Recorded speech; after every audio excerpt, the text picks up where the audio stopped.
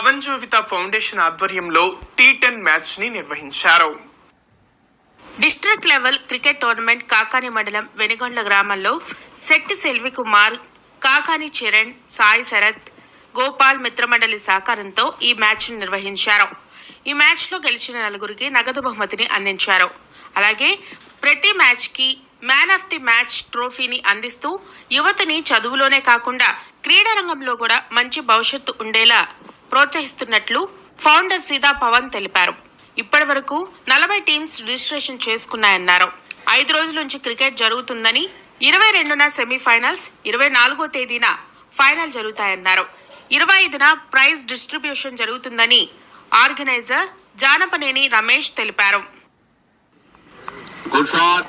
Sony is on attack, but it's down. Rahul Gandhi